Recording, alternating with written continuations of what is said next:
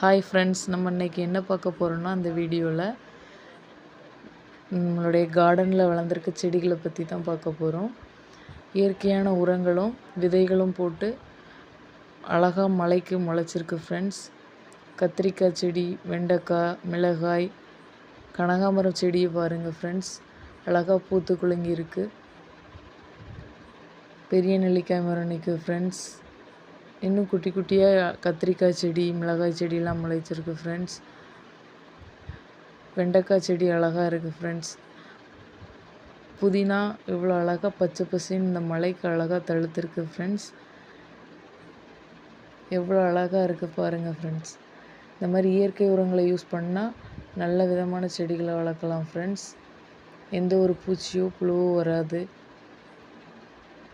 இந்த வீடியோ உங்களுக்கு பிடிச்சிருந்தா மறக்காமல் லைக் பண்ணுங்கள், ஷேர் பண்ணுங்கள்.